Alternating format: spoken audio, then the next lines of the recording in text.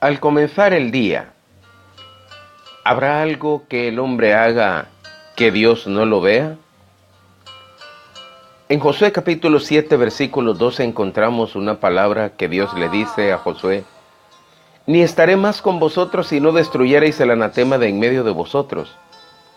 El pecado de un hombre causó la derrota de Israel ante el enemigo cuando apenas estaban entrando en la conquista de la tierra prometida. Muchas veces motivados por la codicia o cualquiera de las pasiones y vicios humanos, el ser humano se siente tan seguro y confiado en sí mismo o en quienes le apoyan que no mide la gravedad de sus decisiones. El pecado de Acán trajo directamente terribles consecuencias sobre su vida y el pueblo de Israel. Por ejemplo, dice ahí mismo todo en el capítulo 7 que muchos hombres murieron, que el ejército de Israel se paralizó de temor. Josué mismo cuestionó la misericordia, el poder y la grandeza de Dios. En cuarto lugar, Dios amenazó con retirar su presencia del pueblo. Y en último lugar, tristemente, Acán y su familia tenían que ser destruidos. En ese momento se necesitaba algo más que oración. Debía levantarse y purificar el campamento de Israel. Ahora, podemos considerar por qué todos los que estaban relacionados con Acán también recibieron el mismo castigo de Dios. Sencillamente porque no habían sido disciplinados y educados según las instrucciones establecidas en la ley de Dios.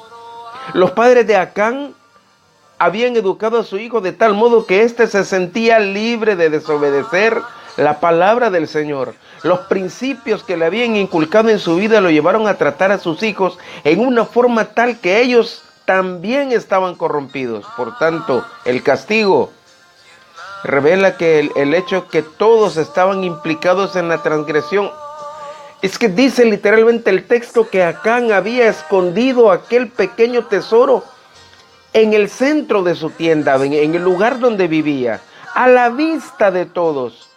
No hubo nadie que le dijera o lo reprendiera que estaba mal aquello que estaba haciendo.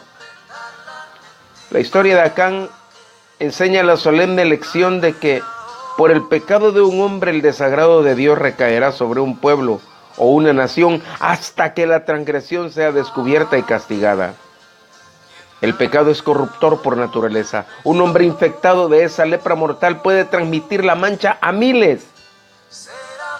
Los que ocupan posiciones de responsabilidad como guardianes del pueblo traicionan la confianza depositada en ellos si no son fieles en buscar, descubrir y reprender el pecado.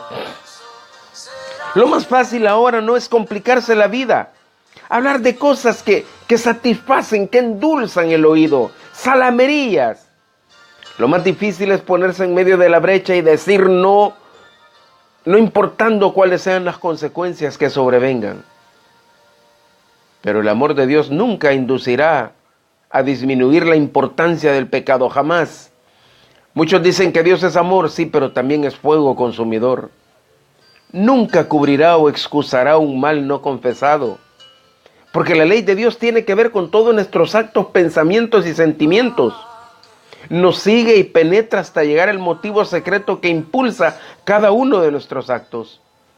A causa de la complacencia del pecado, los hombres son llevados a considerar livianamente la ley de Dios.